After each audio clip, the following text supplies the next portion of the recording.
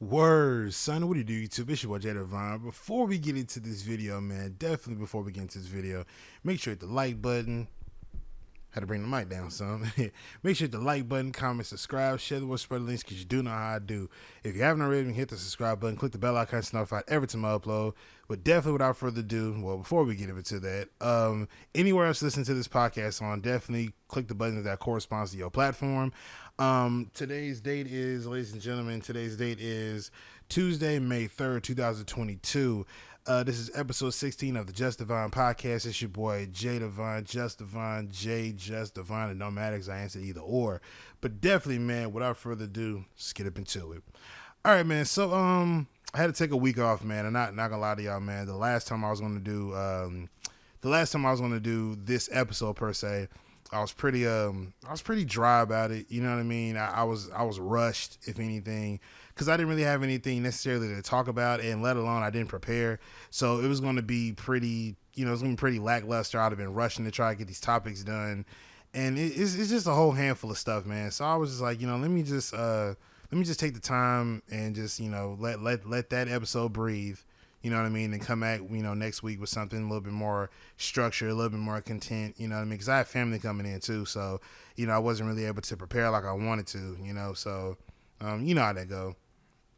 But definitely, man, I want to start it off kind of like, I don't know, kind of like I don't want to say a serious note, but I stumbled across a video of Kobe, and it was kind of like an inspirational, motivational type thing. And my God, man, like I think they said it's been what, a year, maybe 2 years since everyone on the airplane, helicopter passed. It's been a while now, you know what I mean? But I will say, it still feels unreal. Like, you know what I'm saying? Like, that's always like a wound that will forever be like torn open. You know what I'm saying? No matter how it heals, that's always going to be something that, at least for me, is always going to get torn open. I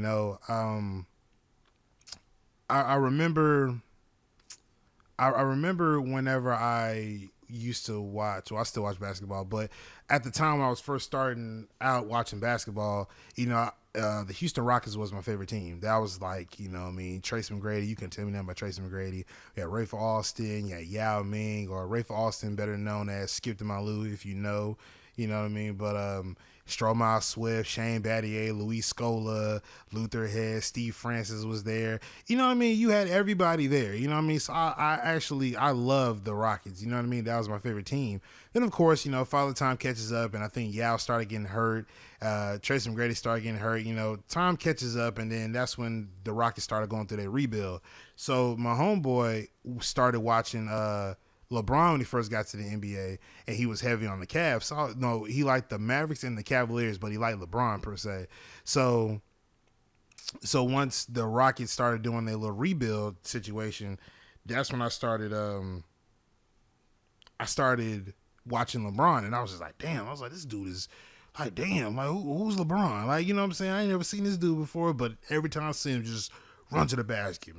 Like, you know what I mean? Freight train, runaway freight. Get out the way, you see him coming to the paint. That's a bar, you know what I'm saying? Y'all ain't catch that though. Y'all ain't catch that, you know what I'm saying? But so I was heavy on LeBron. I was watching LeBron, and then at that time, mind you, Kobe been there longer than LeBron has. You know what I'm saying? Or I say at least a bit better, a bit longer than LeBron. So at that time, I was like really heavy on LeBron. And I had another friend of mine that, as we got older, he's always talking about Kobe this, Kobe that, Kobe this, Kobe that. Not gonna lie to you, I was a Kobe hater. I was a real big Kobe hater. Not gonna lie to you. You know what I'm saying? Because everybody, whenever they're comparing players, what's the first thing they throw out? Rings. You know what I'm saying? Like, how many rings LeBron got? How many rings Kobe got? All right, that's what I thought. You know what I'm saying? If he ain't got more rings than Kobe, I don't want to talk about it. Like, that was like the Blue Eyes White Dragon of like argument topics to use. You know what I'm saying? You pull that card out there, and it was pretty much just, there was no way someone was gonna argue with you, right? You can throw all the numbers at him that you want. You know what I'm saying? But as soon as the ring conversation pops up, you and I both know the answer already. You know what I'm saying? Of course, LeBron at the time ain't got no rings, but Kobe has 4, maybe 5 at the time. You know what I'm saying? So, of course, that's always going to be said. So, but thanks to him, I didn't like Kobe. Kobe didn't pass the ball. He used to score all the time, or at least at the time I thought, he was just arrogant. He had like his shit don't stink. You know what I'm saying? Like I was a real big Kobe hater. You know what I'm saying? And whenever him and LeBron used to face off, it used to always be a good game. This would be a real, real good game. But as time rolled on, you know what I'm saying, up until at the time when he was getting ready to retire, I went back and I watched a lot of the games that he was in. The Raptors game where he scored 81, and then the games that, he had the playoff games, he had the championship games when it was him, Powell, Derek Fisher, Ron Artest at the time on Meta World Peace, Andrew Bynum, you know what I'm saying? Like they had the whole, the whole shebang right there, you know what I mean? Especially him and Powell was really, really good. But, the more and more I watched Kobe, I watched him and I respected his game a lot more after he retired. You know what I'm saying? Like, I remember there was a time where, like, they were showing on NBA TV, I think COVID had hit or something was going on with COVID at the time because there was no basketball games being played. So that's when they was trying to get the bubble and stuff all set up and stuff like that. And I remember watching some of the lockout games, and I just remember, like, my God, like, these times were different. Like, you know what I'm saying? Like Miami Heat LeBron was crazy. You know what I'm saying? 24 Kobe was nuts. You know what I mean? I know of Kobe. I know of him versus the Shaq and Kobe days when he was number 8. That was when he was like Froby. Then eventually he ended up cutting the fro off and he started rocking the Caesar. You know what I mean? But other than that, you know what I'm saying? I don't really know too much. I didn't know too much more of Kobe other than the fact that he was number 8. He played with Shaq and he had a fro. You know what I mean? I remember that. Then that's when we started transitioning to the 24 Kobe. But anyway, like I said, I was going back looking at all the flashback games that they were showing of Kobe and just at that time where, they were really hooping. And my God, was it different. I remember the year that it was Team USA where LeBron and Kobe were there. It was LeBron, Kobe. I think Dwight was there. Melo was there. Who else was there? Darren Williams was there. I don't know why I say Deron. Darren Williams was there. Who else was there? Was KG there? I'm not sure. I'm not sure who all else was there, but I remember that year, like Team USA was whooping asses by 40. You know what I'm saying? Like, and that was the one time I can say whoever I didn't like in the NBA during the season, I loved them during FIBA World Championship. I loved it. I loved every second of it. Kobe was busting their ass. You seen LeBron getting in their ass. It was like, I'm talking about like Dwight was banging out on the inside in the paint. You know what I mean? Pause if that's worthy. You know what I'm saying? Like Team USA was just nothing to be fucked with at that time, you know? So, you know what I mean? Kobe talked so much shit, but his game backed it up. You know what I'm saying? Like his game backed it up like crazy. You know what I'm saying? Like I love seeing trash talk and then you backing it up, and then at the same exact time, you're humble. Like, you know what I'm saying? Like, and I think that was the part I glossed over the most. You know what I'm saying? Like when you popping like that, you can do or say whatever you want because your game is gonna back it up. You know what I mean? Like you can say, "Oh yeah, you trash. Like you can't hold me," and I drop 30 on you in the first half. You know what I'm saying? Like if you my matchup, I can say that. You know what I mean? If I'm gonna bust your ass this entire game, I'm going to say that. I can say that. You know why? Because I am known. I'm a walking bucket. That's exactly what I am. You can't stop me, and there's nothing you can do about it. You better wrap me up as soon as you see me either take a shot or I'm about to go up and I'm about to dunk it. I don't give a damn what you do or what you say. You can't hold me. You know what I mean? So I remember, I just remember watching him play, seeing him play or whatever. Like I said, I glossed over because, I was heavy on LeBron at that time. And eventually, once everybody started kind of doing their own thing and Kobe started to slowly like fizzle out, kind of sort of. I don't even want to say fizzle out, but just started making his way towards retirement. You know what I mean? Like when it got to that point, that's when I really started like eyeing his game. And then I came to that realization that like, when people talk about basketball, I don't know of the Jordan era. I don't know of that era. I don't know of the 90s. Well, I know of the 90s, but I'm like, I'm a 90s baby, but I'm like, I know of them from 96. Maybe, I'll take it back. Maybe I'm born in 95. So I would say when I really started seeing basketball, it was like late 90s, like late 90s and then on. You know what I'm saying? We'll say 98, 99. You know what I mean? By the time I saw Jordan, last thing I saw of Jordan was when he was with the Wizards. That was the last thing of Jordan I remember seeing. And when he was with the Wizards, he was on his way out at that point. You know what I mean? I didn't know much of Jordan at all. So Kobe in my generation, yeah, I feel so old saying that shit. But Kobe in my generation was, he's my Jordan. You know what I'm saying? Like, arguably so, he's the Jordan of my era. Like, he mimicked Jordan's game. You know what I'm saying? If not, did it better than Jordan. Now, I know here come all the old heads. Here they come. Oh, Jordan, Kobe copied Jordan. He word for word, he copied Jordan from his moves, so his footwork, blah, blah, blah. Listen, I didn't watch Jordan. I didn't know of Jordan. Only thing I know of Jordan is if I go back and watch his games from then. But other than that, I didn't watch Jordan in his heyday. You know what I'm saying? Kobe is who I watched in my time. You know what I'm saying? That's my Jordan. You know what I'm saying? So, you know, the more and more that I started like recognizing his greatness in his game, like I had so much respect for him. I had no idea he was an Eagles fan at that. Like when I found that out, like I fell in love with Kobe. No pause on that. I fell in love with Kobe when I found that he was an Eagles fan. I had no idea. You know what I'm saying? Ain't no pause. Play that shit. You know what I'm saying? Like, I had no idea he was an Eagles fan, you know? And then whenever he had that, he had the ESPN thing where he would break down the plays and he would do it in such a way where it's like, how do you see this? Like, you know what I'm saying?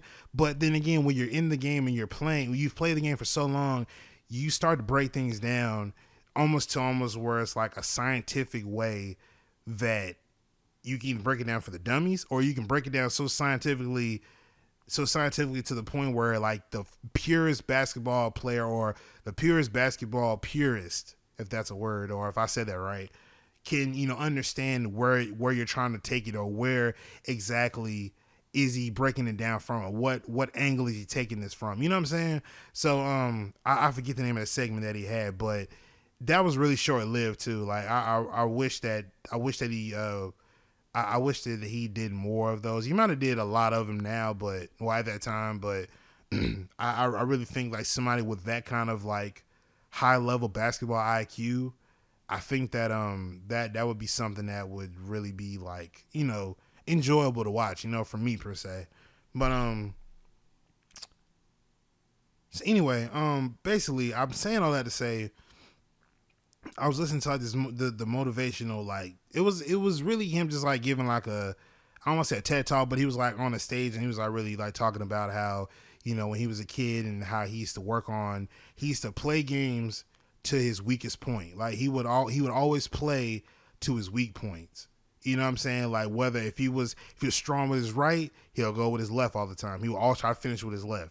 You know, he's right-handed, I believe he's right-handed. So he would always play to his strengths. Like he always played he always played to his weakness, his weak points, like I said earlier.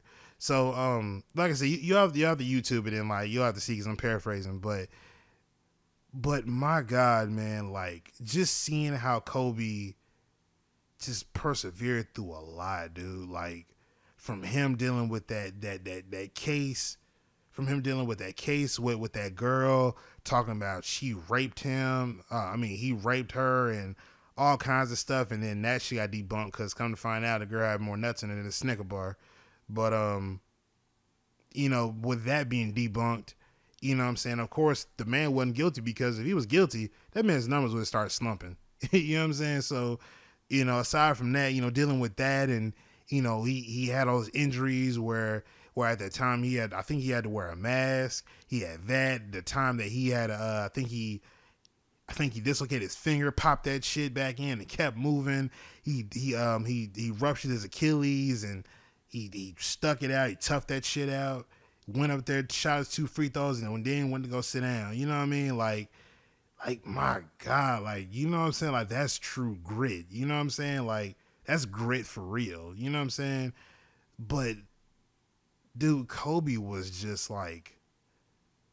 a national treasure, man. Like, you know what I'm saying? Like, you won't ever get somebody like that, of that caliber, of that cloth. Like, that man was truly in a lane of his own. Like, you know what I'm saying? Even though people like to compare him to Jordan, when it's all said and done, Kobe has made his own lane for himself. You know what I'm saying? Just like the same thing I say about Kobe is the same thing I say about LeBron.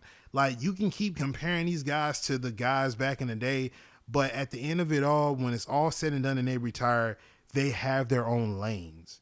You know what I'm saying? Kobe got his own lane. KD got his own lane. LeBron got his own lane.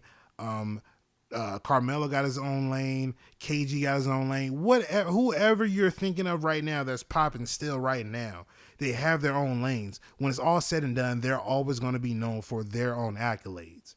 You know what I'm saying? At some point, that ring conversation is going to die out. You know what I'm saying? Because, well, I don't know, because you can probably equate to however many points that this man has got or whatever level he's been playing at. Y'all probably going to try to equate that to, well, if he's doing all that, how come he ain't got no rings? But people seem to forget that everything's a team base. It's team based. You know what I'm saying? You saw how LeBron literally carried them to the finals when he was at the Cavaliers. You saw how that shit went. You know what I'm saying? So it's safe to say that he got it. You know what I mean? But you know what I mean? Like, if you're team oriented, you're gonna need players to back you up. You know what I mean? But yeah, man, just seeing that, man, and realizing that, my God, man, like, Kobe was that guy. You know what I'm saying? It makes me sad that we're not gonna be able to, like, get another player like that forever. Like, I was sitting in the car, bro. I was getting misty eyed. Like, I was getting hella teary eyed because I'm just like, dude, like, he's really gone. You know what I'm saying? Like, like the one man in this world, the only guy in this world who can't be beaten one on one. You know what I'm saying? Like, he's gone. The person with one of the top tier people with high basketball IQ is gone. You know what I'm saying? Like, one thing I will say, and I'm glad that this happened. Not saying his demise, but definitely not that. But one thing I will say that I'm glad that it happened while he was still here. I'm glad that Philly won the Super Bowl before he died. I am so glad that happened. I am so glad that happened. You know what I'm saying? Like, because like I said, I didn't know he was an Eagles fan, but the fact that we got the chance to see, at least in my lifetime, I got the chance to see Philly win a Super Bowl and revenge that loss from, like, 2006, 2007. You know what I mean? Like, I'm so glad that happened before Kobe passed. You know what I mean? But I say all that to say, Kobe was something that we really didn't appreciate until he was gone. Or just the people that really wasn't, like, on the Kobe wave when he was actually actively playing, like myself. You know what I mean? But after he retired, I'm glad that after he retired, I started really looking more into his game and seeing how he was, and I really respected him a lot more after he retired. But for the ones that, like, didn't start getting into his catalog until after he passed, like, you know what I mean? It kind of hurts. It hurts a lot more. It hurts that he's gone, period. But it hurts more that for the people who didn't watch him during his heydays or during his day that he actually played, that you never got to experience greatness. You know what I mean? So definitely rest in peace to Kobe, and definitely Gigi and all the other participants that were on the helicopter. My God, dude, that is gonna forever be something that I will always remember. And I don't want to, but my God, man. Like, I was, a matter of fact, I think what was I doing? I was in Georgia. I think me and my moms had just came back from the store. Yeah, we was just coming back from Walmart. We was coming back to the house, and I got a tweet on Twitter, like, you know, like somebody had posted something on Twitter, and it said, I forgot who said it, but it said this guy's name is Mike McClure. McClure, whatever his name is. He posted it and said, "This world is not fair," or man, this isn't fair, or whatever. He had like a long sad face. I'm like, so I click on it, and it had Kobe from the day that he was born to the year that he died. I was like, what? Like immediately, and then as soon as I read that off, it came across the radio that Kobe, Gigi, and the other helicopter passengers passed away from a helicopter crash. And when I saw that, when I heard that, like immediately I went cold. Cause I was just like, there's no way, bro. I was like, there's no fucking way. You know what I'm saying? Like I went cold. You know what I mean? Then I think I got in the car and I had to go to Target or something. And I must have sat in the Target parking lot for at least 30 minutes and I cried uncontrollably. Like my eyes were stinging how bad I was crying, bro. Like when I was done, went on ahead, wiped the tears away, just, try to get myself back together. My eyes were stupid puffy.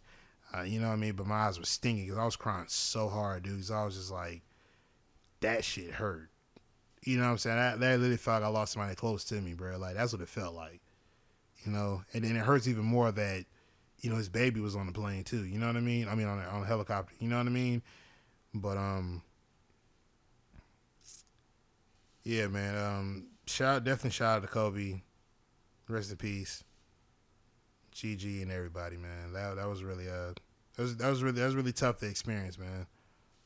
But I don't want to talk about that anymore, man. Let's try to lighten it up a little bit, if you will.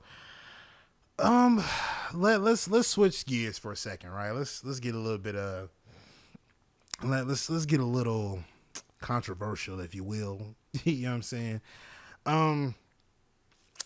The term pick-me's or a pick-me, quote unquote, I don't like that term at all. I don't like that. I don't like that term. You know what I'm saying? Like, social media, which I'm pretty sure if you haven't already gotten the idea now that I don't like social media and I hate everything about it at times, social media has made it acceptable to not have morals or have a right or wrong about shit. Like, you have to be along with the mob about whatever it is that they're echoing. If you don't echo that back, then you're part of the problem, or you either conform to what the problem is. Probably the same shit. It might have been redundant, but you get the point I'm trying to say. To me, it's sick because why is, if somebody's trying to preach facts about something, which, there is validity to some things that people say, but if not, then there's that open dialogue. But why is it okay to call somebody a pick-me because they're saying what you're not saying about the person in question? Now, the reason why I came across this was because there was a video, or it was like a snippet. It was a snippet or a reel that somebody was trying to make. It was like trying to crack a joke. But this lady said that women twerking isn't classy, right? Now, me personally, I don't know if any of y'all remember, but do y'all remember Twerk Team? By show of hands, who remember Twerk Team? Nigga, I was in middle school. Mouth wide open, jaw to the floor. Like, damn, look at all that ass. Like, you know what I'm saying? In middle school, son. Like, yeah, I was wild. I was wild, yeah. You know what I'm saying? But, but I remember that being so like euphoric to me. You know what I'm saying? Like seeing somebody, shaking ass, like, damn, I wish one of them do some shit like that on me. You know what I'm saying? Like, just really like wilding, But now as I get older, to be honest with y'all can call it whatever y'all want. But to be honest with y'all, man, like, it's cool to see it from time to time. But now, me personally, I'm just kind of desensitized to it, honestly. You know what I'm saying? Now, of course, you're going to have those nights where, like, you trying to, you know what I'm saying, handle business, you know what I'm saying? But, I've seen it so much now that it's like, you have some women that rely on that as a skill or as a way to try to lure a man in. And it's like, it's more to life than just seeing like how fat your ass is or how much it can shake or can you clap without hands. Like, you know what I'm saying? Like me personally, bro, I'm kind of desensitized to it.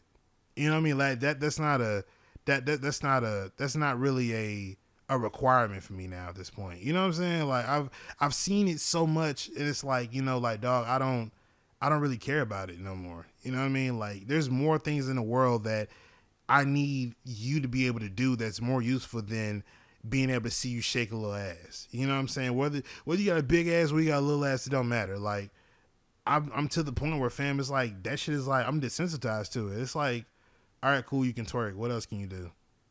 Can you cook? Can you clean? Can you get that crack out of my windshield? Do you know how to change a tire? Do you know how to file taxes? Do you know when to stop talking when I need silence? Can you be able to not conform, but can you be able to comfort me in the time that I need you? You know what I'm saying? Like, and another thing, ladies, telling somebody that you got the wettest of the wet or it's tight.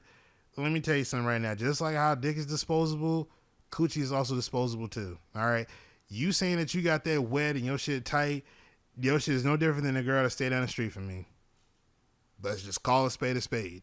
You know what I'm saying? So stop putting this shit to this high ass pedestal where you think that a guy should really be attracted to you because of that. Like, no. Okay. Eventually that shit will fade. See, that's where we start getting to where guys just cheat on women. You know what I'm saying? Because you're eye candy. You know what I'm saying? Like they're not really looking at you for the long term. It's everything is short term. You know what I'm saying? So I think it'd be nice to have the conversation or have that dialogue where, okay, do you want to date me or do you just want to fuck? You know what I'm saying? If you want to fuck, I'm down with that. But if you want to date, we're going to do more than just that. You know what I mean? Like actually open up and have that conversation instead of just going in with the intention of dating. And then when the nigga decide to cheat on you or he leaving you, then you like, what the fuck? Like, no, like I just needed something to bust his nut to. Like, you know what I'm saying? Like, you are the equivalent of a good nut at this point. You know what I'm saying? Like after that, on to the next. You know what I'm saying? But if you just had a conversation and it's just known that, okay, we just fucking and then that's it. All right, cool. So we know there's no strings attached. We're not catching feelings. We just trying to get this nut off and then we can keep on pushing. You know what I'm saying? And maybe if time line up again, we can get it again. But other than that, you know what I'm saying? But, yeah, you know what I mean? But like I was saying, like, just like I said, dick is disposable, coochie is disposable too. Your shit ain't no different than the girl that stay down the street from me. You know what I mean? So using that as a tool to try to pull me closer, that's not gonna work. You know what I mean? If you can't actually have the womanly nature, not that shit y'all see on Instagram and all the other bullshit that aesthetic of a bad bitch. If you don't possess those womanly things, then you're no good to me. You don't bring value in my life. You know what I mean? But with the girl that said that, she said, and I quote, to me, and this is what she said, to me, seeing women twerking isn't classy. You know what I mean? And people were up in arms. You go to the comment section, people's losing their fucking minds. Oh, well, don't go to the club, or shit, go to a lounge or something. I mean, girl, mind your business. It's always women trying to police other women. And I'm just like, these are the same fucking comments that would be echoing if it was a man that said it. Probably might be 10 times worse. But the point I'm trying to make is, like, y'all seem to forget that this is a personal thing. That's how she feels. You know what I'm saying? She feels that women twerking isn't classy. That's how she feels. But y'all are twerking. Y'all are attacking her for how she feels about that said thing. You know what I mean? It's personally how she feels. You know what I mean? So for y'all to attack her over that shit just shows how touched some of y'all are. Not all of y'all, but the ones that felt the need to chime into it. You know what I mean? If it don't apply, let it fly. Y'all seem to forget that, but y'all have to comment on everything and try to get a joke off or try to demean somebody because that's how they feel personally about when women do that. That's just how they feel. You know what I mean? Like, that's just how they feel. Like I said, if it don't apply, let it fly. You know what I mean? But if that's what they don't like, then that's what they don't like. They have every right to feel that way. But they're not saying that, oh, well, if a girl twerking, she a slut, she this and she that. Like, as long as they're not demeaning them in the process and saying that, oh, if a woman's not classy if she twerking, she look like a hoe, a slut, or she like this, that. If she not doing that in the process, then it's cool. That's her opinion. That's how she feels. But at the same as that time, have open dialogue. That's the problem with shit now. There's no open dialogue. Everything has to be this or that. If it's not either or, there's no open dialogue. Like, you know what I'm saying? And that shit annoys me sometimes. It's like, bro, let's have that conversation. But then again, we have that conversation or that open dialogue. Everybody's so set in their ways that it's like it has to be like this. They don't see it from any other angle but that angle. You know what I mean? So whenever she said that, everyone in the conversation was up in arms. But when I went to actually find the actual clip, it was like the LGBTQ community type, page. So that's when they started going off the deep end with the whole, 85% of men are undercover gay, and I was like, okay, y'all going a little too far now. You know what I mean? Or there was another video. Matter of fact, before I even saw that one, there was another video about this woman that said, black men need love. I was like, okay, go on, and I was listening to her say, how, sometimes black men are raised in households where they're taught to not show emotion, which is true. You have some households that are like that. You have some black men that are taught to not show emotion because that shows weakness. You know what I mean? So that makes them emotionally unavailable. So that when it's time to show emotion, or in a time where you're supposed to show emotion to the woman, it makes them think that he don't care. You know what I mean? But in reality, that's how he's brought up. You know what I mean? So he cares, but he's just raised to not show emotion. So and as I'm paraphrasing, you have to go find a clip yourself, but I saw that and I was just looking at the comments and I was just looking to see what people are saying, and somebody said that somebody was literally saying that sounds like excuses, or somebody was saying that there needs to be accountability, like that it has to be accountability first. And my thing is like, these toxic motherfuckers who just love to just see, like who just love to see it from their eyes only and not both sides. Like, get over yourself. You know what I'm saying? Like, it's your fault you dealt with them ain't shit ass dudes. It's your fault you opened your motherfucking legs and had a baby by some nigga that you knew wasn't shit. You know what I'm saying? That's your fault. You got to take the hit on that. It's my fault why my first girlfriend, why it didn't work out. You know what I'm saying? That's my fault for not taking the time and going in there and actually learning to see how she is and how she maneuvers. If I'd have did that, I probably would have never wasted a year and 2 months of my life dealing with this girl and having the mental anguish that I had then. You know what I'm saying? That's my fault. I got to take the hit for that. I'm in taking accountability for my own actions. I'm not blaming her for how she acts, because if a person is going to act that way, that's how they act. You can't change nobody. So I'm taking accountability for my actions. Whether she wants to take accountability for it, that's solely on her. But I'm taking the fault for the simple fact that I didn't get to know her better first. Now, on the flip side of that, when it comes down to that, for actually black men needing love too, you got to get out of this bubble where these men equal, these men to you, quote unquote, are the ones that ain't shit. They cheat on you. They this, they that. You have to get out of that bubble. You have to pick different guys. You have to understand that not every man is the same. You know what I'm saying? Just like if I walked around and just because of my first girlfriend, if I walked around and act like these women ain't shit, these hoes ain't shit.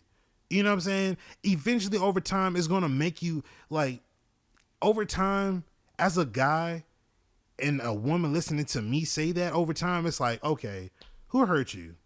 You know what I'm saying? It's going to make me look like the bitter man as I'm walking around with this chip on my shoulder about how women ain't shit because I had a bad relationship in the past. But that was just that one girl. You know what I'm saying? Now, same thing with the woman. You're going to sit here and allow her to bash men because she's had bad experience with guys, when it all boils down to her making her own decisions. Ain't nobody tell you to get with that dude. You made that decision on your own. Take responsibility and accountability for your own actions. There's nothing wrong with that. That's growth. If you can take accountability and do better from there, that's growth. I would commend you, give you your kudos if you recognize that.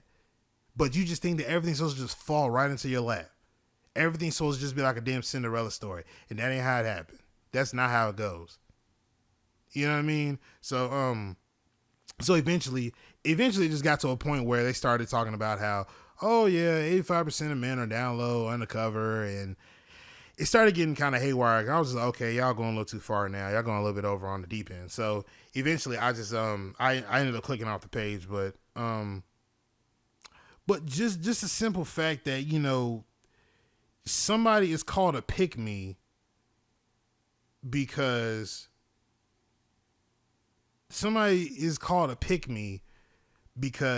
they're echoing the opposite of what you're echoing, but because you've had bad experiences with men, you're going to make it to seem like no man on the face of this earth deserves to have love. They don't deserve to have any kind of positivity going on from another woman in their life because of the guy in question did you wrong, or you dealt with ain't shit dudes in the past. So in turn, you're going to equate that to every guy in the world, whether they're good or they're bad.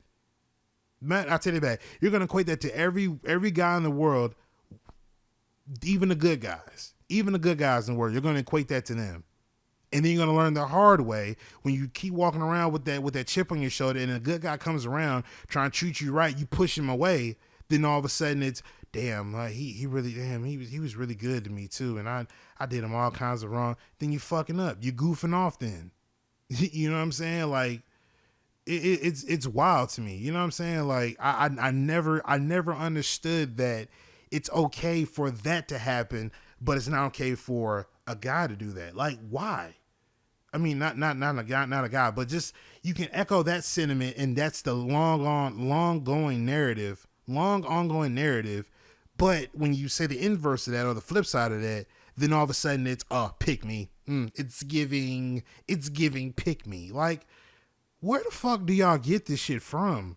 Where y'all getting these ridiculous ass, like, where y'all getting this shit from? Where y'all getting it from, bro? Like, it's giving bitter. It's giving toxic. That's what it's giving. You know what I'm saying? Like be an adult, have a brain, grow up, like have conversations, them uncomfortable conversations. We need to have that more. We need to really have more uncomfortable conversations. You know what I'm saying? Like, the more uncomfortable conversations we have, the more better this world will probably be if we have if we have more uncomfortable conversations. Relationships wouldn't go as sour as they went if we have those conversations. You know what I'm saying? But nobody's willing to do that. And then the minute that it gets brought up, if that person don't want to talk about it, then it kind of just, you know, it gets straight away and don't nobody say nothing. You know what I'm saying? Like, snap out of that shit, man. Like, seriously. Have open dialogue. Stop with all this, we gonna run with the narrative and that's that on that. Like, no, that's not healthy. That's not right. That's not fair. That's not fair to anybody else who feels differently about it and can really articulate why they don't feel like that's fair. And speaking of narrative, which is a pretty good segue, the whole Meg and Tory situation. Now, I've been following this for a little while now. I'm not gonna lie to you. It's getting real hazy right about now. It's getting really hazy, man. Not gonna front. It's getting real hazy. So I seen little bits and pieces of the Gayle King interview. I was at Gayle Sayers like shit. And I've seen bits and pieces of the interview, and man, I'm gonna say it's really questionable. It's really, really questionable. Like, we're gonna have to go to a booth review. Like, the red flag is thrown onto the field right now. Like, we're gonna have to go to a booth review. You know what I'm saying? Not gonna lie, man. Her story just isn't adding up. Like, if you're so sure about something, you don't or I don't think, you know what I'm saying? Like, if you're 100% sure about something, you are standing on that. You know what I'm saying? There is no I don't think like, no. You know what I'm saying? Like, that's just what it is. And for the love of God, can people stop making this shit sound like it's victim blaming? It's not. It's not victim blaming. If okay, here's the thing, right? Let's say this is probably a wild analogy, but it's gonna come around at some point. Let's say that I cheated on you, right? Which I don't do and I don't condone. Let's say I cheated on you, right? I know for a fact in my mind that I cheated on you. I know I did. You know what I'm saying?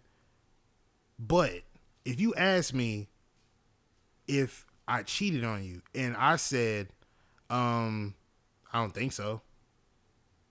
You know what I'm saying? Like, I know the real answer. So why would I sit here and say, I don't think so, or I think so? I don't know.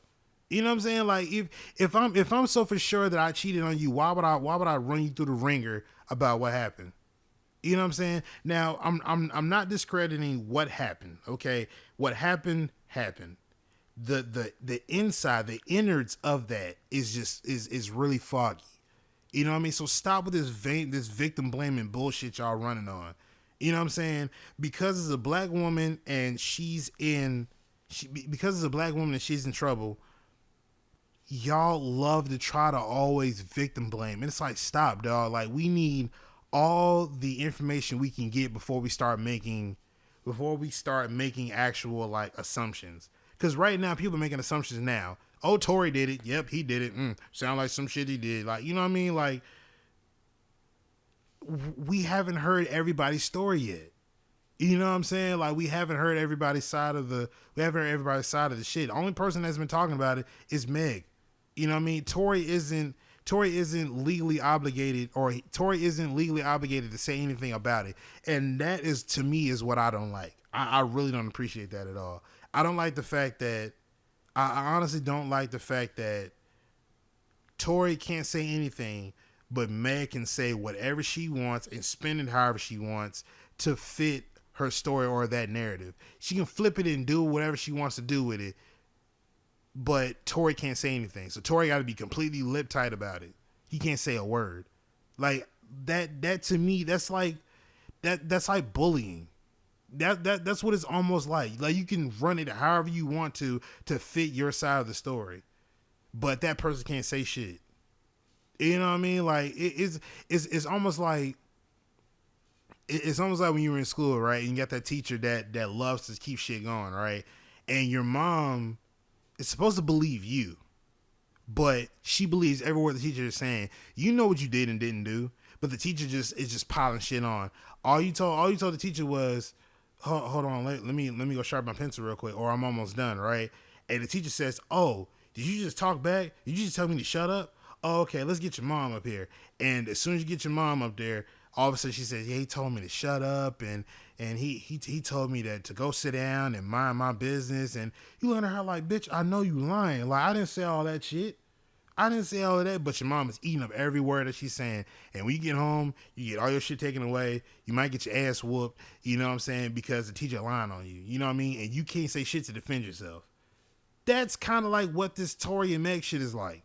Tory can't say shit, but Meg can do whatever. She can do whatever and say whatever she wants, and we have to believe it, because if not, if we don't believe anything that Meg said, or we don't stand with Meg, we're the ones that are trying to victim shame or victim blame.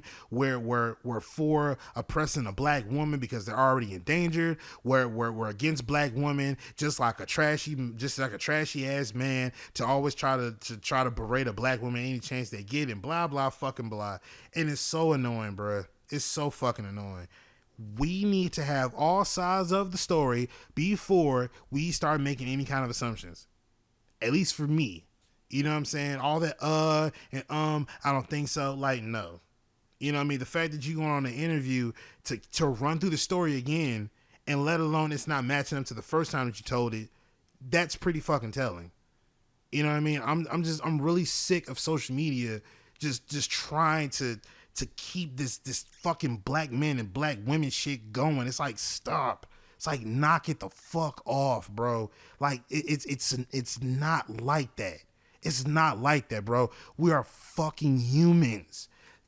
Anybody who jumps to a conclusion without all that shit, especially in this realm here, is a toxic human fucking being, and they don't have the open-mindedness to be able to understand what's going on here. These are the same ones that will cape for a black woman no matter what she did, but because they're trying to uphold the allegiance to black women, right or wrong.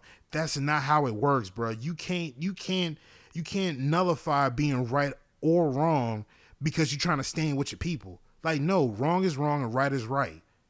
I'll put it to you like this: if Tory's wrong, cool, let's hold Tory accountable. If Meg is wrong, hold Meg accountable and apologize to Tory, because y'all dragged this man through the fucking mud all day long over some shit, over some hearsay shit. Then when all the facts come back, come to find out he didn't really do it, and then what? Then even then, people don't respect it. People don't respect the end result of it if it don't go in their favor, because the first thing that come out of their mouth is, I wonder how much he paid them. It's like, okay, so let's spin that around. Come to find out, let's say Tory, I'll take it back. Let's spin that, right? Let's say if Meg was wrong, right? If Meg was wrong, come to find she fabricated the story, to try to quote unquote protect everybody that's around, whatever. Now come to find out Meg is wrong, right? Y'all not gonna hold her accountable, because the first thing y'all do is, this is what I'm talking about, the justice system. The justice system is always against a black woman, this, that. Now, don't get me wrong, there's validity to that. There's definitely validity to that. But you're not going to ignore the fact that there was lies on top of lies to keep this shit going, when all in all, that person was in the wrong. Now, this is all hypothetical, but you can't play either side. You can't go. You can't straddle that line. You gotta be either right or wrong. Don't matter, black man, black woman, don't matter, right or wrong. You know what I'm saying? Like it's not like that. You know what I'm saying? Like you can't keep playing that shit. You know what I'm saying? Like that makes you look like a fucking a fucking child, bro. Like you're not. You say you're mature, but you're not mature enough to see it full 360 view of it. You don't step back and see the bigger picture of what's going on. You see black woman in distress, let me jump to her aid, no matter what she did. Like, no, step back and evaluate everything what's going on. Step back and just evaluate. You know what I mean? Like, it's crazy. You know what I'm saying? But and then on that topic, black man, black woman, though A$AP Rocky and Rihanna shit, I've been following that story. They said A$AP Rocky, they said that they might have him on video shooting somebody that they said allegedly that he did. What's another one? They said that they raided his home or some shit. They said they found guns. I don't know. It's been a while since I followed the story, but what's wild to me is how on social media, bro, I have never seen so many people project their disdain for somebody because they're fanboying or fangirling over Rihanna. That shit is probably the sickest shit I've ever seen in my life. Like these parasocial relationships y'all be having with celebrities is fucking disgusting. You know what I mean? Like, people want A$AP Rocky to fail on Rihanna so fucking bad because they want Rihanna to be with somebody like Joe Blow over here. You know what I'm saying? Like, it's disgusting. You motherfuckers need help. Y'all really need fucking help, son. Like, I've never seen so many people just gawk over somebody's personal choice, their own personal choice, quote unquote. And mind you, heavy emphasis on personal choice. I've never seen so much projection on that. Never seen so much projection. You know what I'm saying? Excuse me. Note to self: do not drink Sprite before you start recording. But it's sick to watch people just prey on the downfall of another man, a black man at that. You know what I'm saying? Like, if he did it, all right, cool. You know what I'm saying? It is what it is. He got to do what he got to do. You know what I mean? He got to do the time, crime, whatever. But if he gets cleared of that, leave these folks alone, man. You know what I'm saying? Go find something better to do. Take your ass outside, bro. Like, go outside, man. It's not that serious. You know what I'm saying? Like, y'all want them to fail so bad because some of y'all don't like A$AP Rocky for whatever fucking reason it is. I don't care what reason it is. It don't even matter what your reason is. Let them people do what they do. Leave them alone. Let them live their lives how they've been living it. It's none of your fucking business at the end of the day. Go find something else better to do with your time. Go wash your ass. Go take a shower. Go walk your dog. Go do something other than your time about worrying about what celebrity is dating who. Like, my God, are y'all that sick in the head to the point where y'all gotta you that bitter ass that bitter single best friend that always got some shit to say about the guy that come around and is trying to talk to your friend. You like, don't talk to her. Nah, she don't like you. Like, motherfucker, I wasn't talking to you. I was talking to her. Mind your business. Like, you are that person. The same person that's got your nose all turned up about A$AP Rocky and Rihanna dating. You that bitter single best friend. That is exactly who you are. If you're not, then you need to shut the fuck up and sit back and mind your business and just let the shit just play out. That shit is sick, man. That shit is hella disgusting. I've never seen folks prey on the downfall of a man so bad, and it's disgusting. That shit is beyond disgusting. I swear I hate it. I really do. I really, really do. Like, it makes no sense for somebody to sit there and literally just be waiting for somebody to fuck up. Never understood it. I never understood that shit. But on to something a little lighter, man. I'm happy. Eagles fans here. Eagles stand up. You know what I'm saying? We landed AJ Brown. Don't even know how the hell that happened. But my God, I have no clue how that happened. I think they said we traded up. And I think AJ Brown was one of the key pieces in the trade, and he ended up coming to Philly. Now, I'm going to be real with you, man. I don't know who the hell is who in this damn draft. I swear to God, I don't know who is who. I know Philly drafted a lineman, I think 2 linemen, and I think a linebacker. I think a tight end, too. I think so. But either way, fam, I don't know who any of these guys are. No disrespect. I don't know who any of these guys are. I'm so out of the loop about who is who. You know what I mean? The only way I know about them is if they draft them and I just watch highlights on them.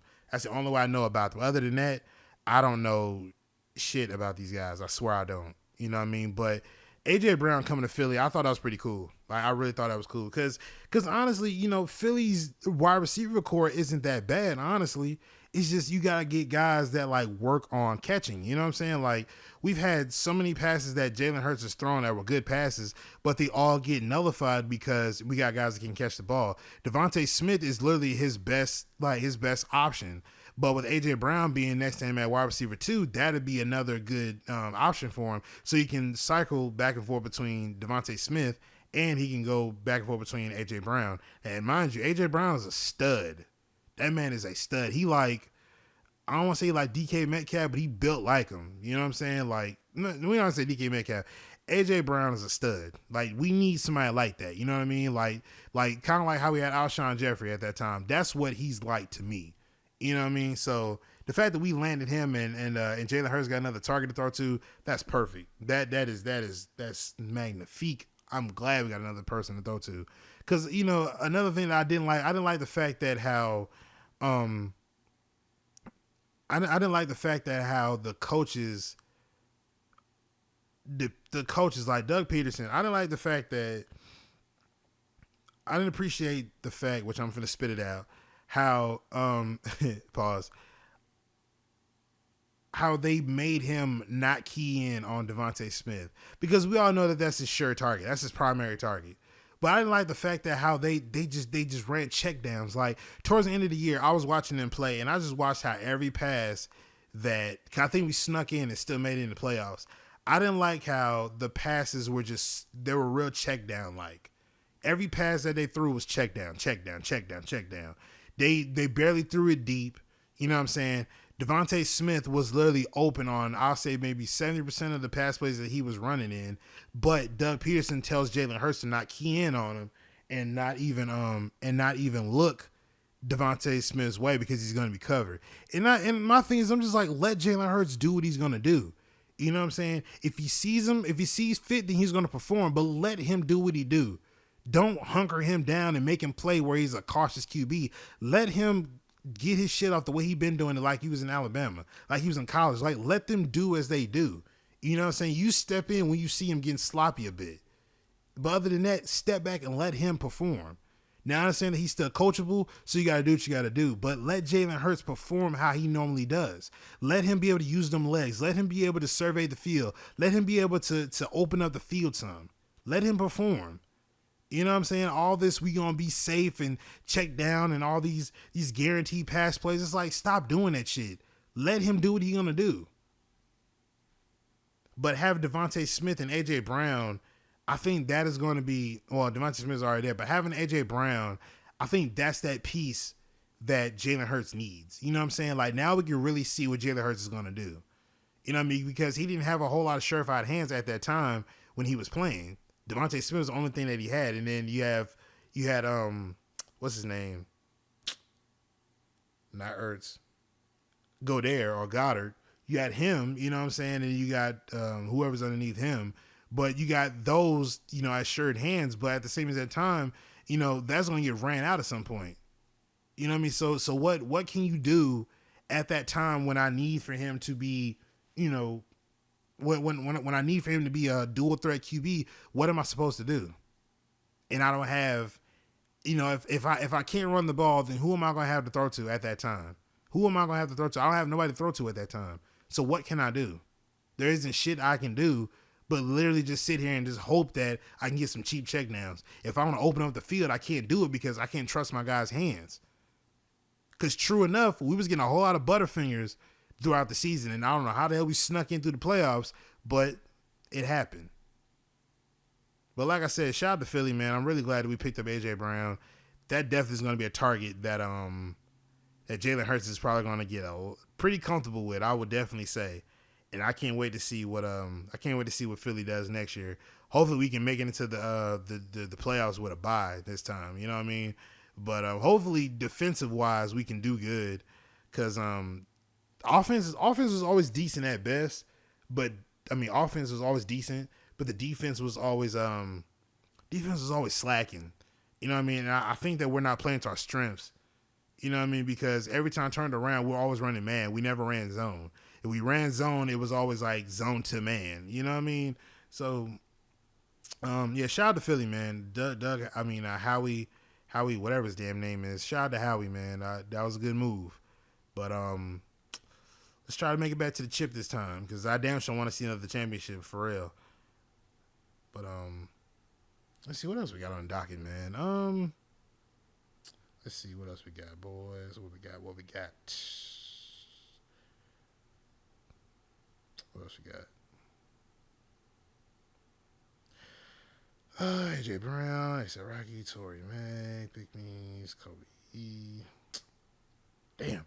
Okay, well, I guess Maximum Football. If y'all not in the Discord, I really want y'all to go check that out.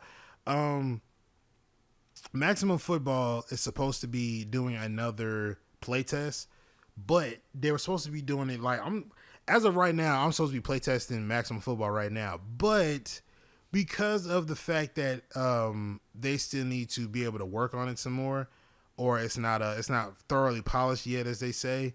I think they're pushing for June for it to be released so it can be tested. But I damn sure am ready for that. I'm waiting on it as we speak, because I was hounding the Discord servers like, yo, did the test come out yet? Did it come out yet? It was like, nah, not yet. No, not yet. I think we're postponing it. I was really adamant about that doing another test, because the first one got leaked, and I was really pissed about that because I was gonna make I was gonna really like go in there and test it out, like really actually give them some critical and core feedback that they need to be able to improve. Because trust me, what I saw in that playtest, that has really strong potential to do some damage. You know what I'm saying? Like, I know they say don't believe the hype, but when I tell y'all what I saw in that test, like, they can really do some damage if they just tighten up on a few things. And I was going to make a list for them, but before I could even go in there and actually make a list, they took the test down because somebody ended up leaking it, which is a fucking, I hate that. I hate when they do shit like that, man. I really do. Because it ruins it for everybody else, because, you know, they're trying to be loyal to their, you know, their favorite YouTuber and get them some content to talk about and record on. It's tacky. Like, stop doing that shit. Let people do what they need to do first before you start blabbering off at the mouth about whatever it is that you saw. Like, stop that shit. Shit's annoying, man. You know? But, trying to think what else is on the document. I think that really is about it, man. I think that wraps it on up for the day, man. Make sure you hit the like button, man. Comment, subscribe, share the word, spread links, because you do know how to do. I appreciate every last one of y'all checking out these videos, man, these podcasts. I know that a small percentage of y'all are watching these. Y'all might have them playing in the background as y'all are doing stuff. I really appreciate y'all, man. I really, really do. You know what I'm saying? Not really worried about the views and the likes and shit like that, but I'm just doing this because this is what I wanted to do. And everybody who's tuning in and watching, man, I'm doing this for y'all. You know what I mean? Or whoever's constantly tuning in to watch these and listen to them, I'm doing this for y'all, man. So definitely, if you haven't already, make sure you hit the like button. Make sure you comment, subscribe, share the word, spread links, because you do know how I do. Whatever platform you're listening to this on, hit whatever button corresponds to your platform. And like I said, whatever you got to do, definitely do that so you can get more of this content if you enjoy it. But that wraps it up, man. This concludes episode 16 of the Just DiVine podcast. Really appreciate every last one of y'all checking out these videos or listening to this podcast, man. I really do. But I'm going to get up out of here, man. It's your boy J DiVine, and I'm signing out. Peace.